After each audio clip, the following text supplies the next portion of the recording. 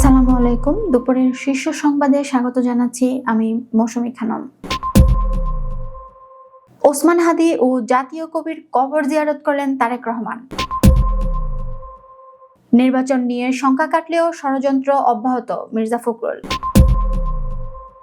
তারেক রহমানের জন্য শাহবাগ ছেড়ে দেয় ইনকিলাব মঞ্চ।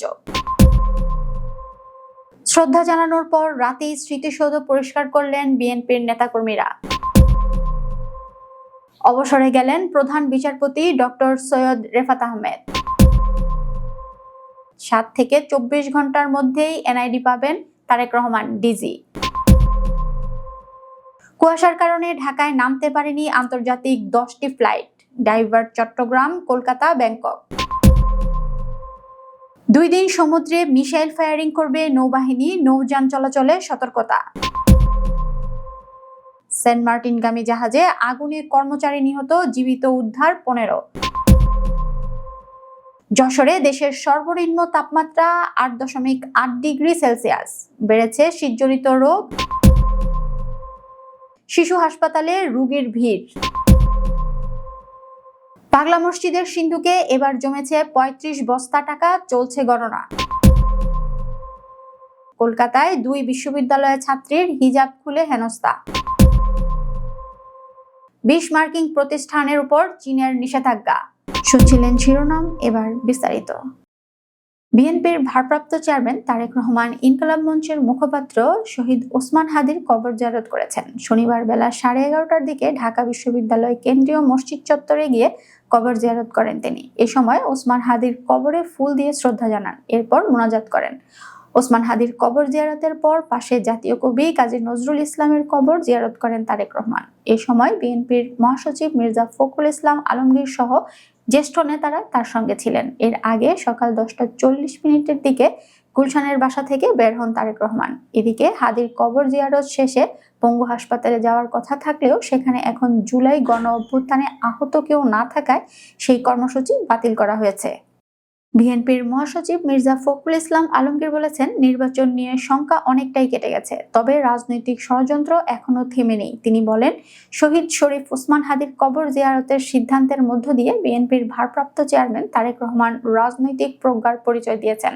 শনিবার রাজধানীর ঢাকা বিশ্ববিদ্যালয় এলাকায় ইনকিলাব মঞ্চের মুখপাত্র শহীদ শরীফ ওসমান হাদির কবর জিয়ারতের আগে সাংবাদিকদের সঙ্গে আলাপকালে এসব কথা বলেন তিনি। বিএনপির ভারপ্রাপ্ত চেয়ারম্যান তারেক রহমানের আগমন ও কবর জিয়ারতকে কেন্দ্র করে নিরাপত্তাজনিত কারণে শাহবাগ মোড় সাময়িকভাবে ছেড়ে দেন ইনকিলাব মঞ্চ। হাদির হত্যার বিচার দাবিতে টানা অবস্থান কর্মসূচির অংশ হিসেবে শাহবাগ অবরোধ করে রেখেছিল সংগঠনটি। জাতীয় কবি কাজী নজরুল ইসলামের সমাধির পাশে হাদির কবর জিয়ারত করতে যায় বিএনপির ভারপ্রাপ্ত চেয়ারম্যান তারেক রহমান। এই তথ্য সামনে আসার পর তার নিরাপত্তা নিশ্চিত করতে ইনকিলাব মঞ্চ স্বেচ্ছায় শাহবাগ মোড় ছেড়ে দেয়। মহান মুক্তিযুদ্ধের বীর শহীদদের স্মরণে জাতীয় স্মৃতিসৌধে ফুল দিয়ে গভীর শ্রদ্ধা জানিয়েছেন বিএনপির ভারপ্রাপ্ত চেয়ারম্যান তারেক রহমান। পরে রাতেই স্মৃতিসৌধে থাকা সকল বজ্র পরিষ্কার করেন দলটির নেতাকর্মীরা। শুক্রবার রাত 10:35 জাতীয় স্মৃতিসৌধ ত্যাগ করেন তারেক রহমান। এরপর রাত 10:37 গাড়িতে বসেই স্মৃতিসৌধের পরিদর্শন বইতে স্বাক্ষর করেন। সংবিধান অনুযায়ী নির্ধারিত বয়সসীমা 67 বছর পূর্ণ হয় অবসরে গেলেন দেশের 25তম প্রধান বিচারপতি ডক্টর সৈয়দ রেফাত আহমেদ। শনিবার তিনি আনুষ্ঠানিকভাবে দায়িত্ব থেকে অবসর গ্রহণ করেন। তার স্থলাভিষিক্ত হিসেবে দেশের 26তম প্রধান বিচারপতি হিসেবে বিচারপতি জুবায়ের রহমান চৌধুরী রোববার শপথ গ্রহণ করবেন।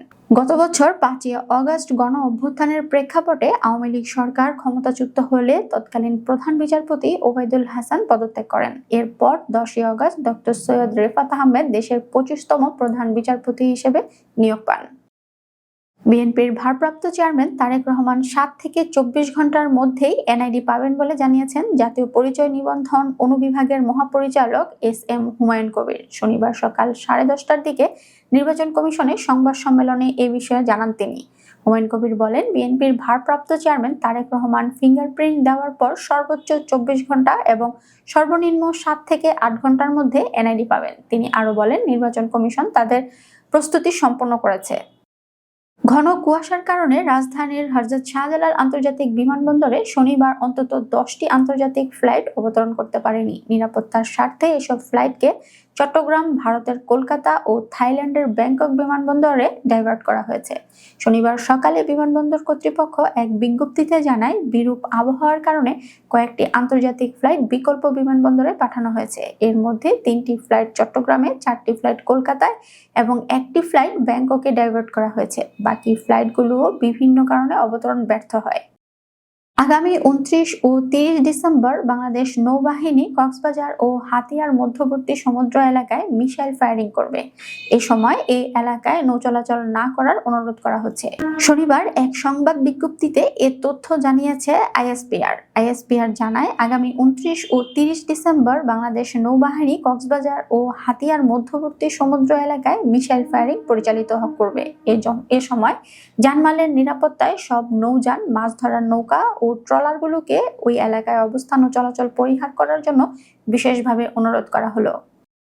যাত্রী ওঠার আগ মুহূর্তে সেন্ট মার্টিনগামী পর্যটকবাহী জাহাজ দ্য আটলান্টিক ক্রুজে ভয়াবহ অগ্নিকাণ্ডের ঘটনা ঘটেছে। এতে জাহাজের এক কর্মচারী নিহত হয়েছেন। এই দুর্ঘটনায় ক্রুজ সহ জাহাজে 15 জনকে জীবিত উদ্ধার করা হয়েছে। শনিবার সকাল 6:30টার দিকে কক্সবাজারের নুনিয়াছড়া BIWTA ঘাট সংলগ্ন বাঁকখালী নদীতে অবস্থানরত জাহাজটিতে এই অগ্নিকাণ্ডের ঘটনা ঘটে বলে নিশ্চিত করেন sea cruise association of Bangladesh সাধারণ সম্পাদক হুসাইন ইসলাম বাহাদুর। নাম না জানা কর্মচারীর নিহতের বিষয়টি নিশ্চিত করেছেন কক্সবাজার ফায়ার সার্ভিসের স্টেশন কর্মকর্তা দোলন আচার্য। টানা দ্বিতীয় দিনের মতো যশোরে চলতি মৌসুমের সর্বনিম্ন তাপমাত্রা রেকর্ড করা হয়েছে। শনিবার জেলায় তাপমাত্রা নেমে এসেছে 8.8 ডিগ্রি সেলসিয়াসে, যা দেশের মধ্যে সর্বনিম্ন। এর আগের দিন শুক্রবার যশোরের সর্বনিম্ন তাপমাত্রা ছিল 9 ডিগ্রি সেলসিয়াস। যশোর বিমানবন্দর আবহাওয়া অফিস জানায়, বেলা বাড়ার সঙ্গে সঙ্গে তাপমাত্রা কিছুটা বাড়লেও ঘন কুয়াশা ও উত্তরের বাতাসের কারণে শীতের তীব্রতা কমছে না। ফলে গত কয়েকদিন ধরে জেলায় শীতের অনুভূতি বেশি থাকছে।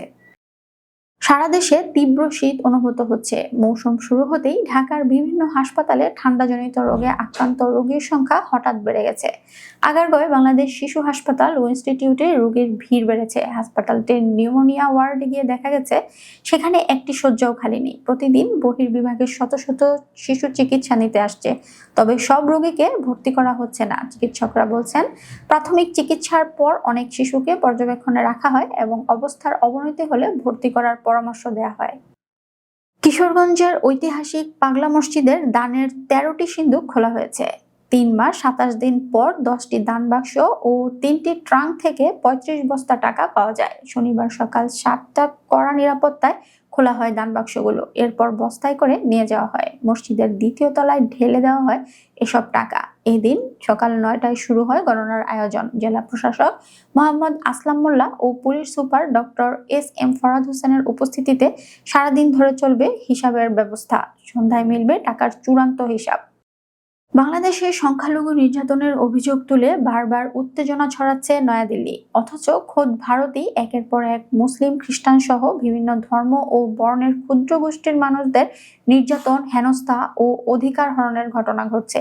এমনকি মুসলিম ফোবিয়ার ক্ষেত্রে পশ্চিমবঙ্গ এখন বিহার, যোগীর রাজ্য, উত্তরপ্রদেশ ও একসময়ের বিজেপি শাসিত কর্ণাটকের কাতারে চলে যাচ্ছে।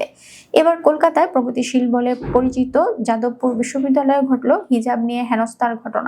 যাদবপুরে কনভোকেশনে দেখা যায় একদল ছাত্রী পোস্টার ধরে মঞ্চে দাঁড়িয়ে প্রতিবাদ জানাচ্ছিলেন। পোস্টারে লেখা, my body my choice, so no to Islamophobia. ওই দিন ইংরেজি পরীক্ষার সময় 2 কক্ষে হেনস্থার ঘটনা নিয়ে এ প্রতিবাদ জানানো হয়। মার্কিন প্রেসিডেন্ট ডোনাল্ড ট্রাম্প প্রশাসন তাইওয়ানের কাছে রেকর্ড পরিমাণ অস্ত্র বিক্রির অনুমোদন দেওয়ার পর পাল্টা পদক্ষেপ নিল চীন। 20টি মার্কিন প্রতিরক্ষা প্রতিষ্ঠান ও 10 জন নির্বাহীর বিরুদ্ধে নিষেধাজ্ঞার ঘোষণা দিয়েছে চীনের পররাষ্ট্র মন্ত্রণালয়। শুক্রবার এই নিষেধাজ্ঞার ঘোষণা দেয়া হয়। খবর TRT ওয়ার্ল্ডের। ট্রাম্প প্রশাসন এই মাসের শুরুতে তাইওয়ানের জন্য 8টি নতুন অস্ত্র প্যাকেজ ঘোষণা করে, যার মোট মূল্য $11 বিলিয়ন বেশি। বেইজিং ওয়াশিংটনের এই পদক্ষেপের নিন্দা জানিয়েছে।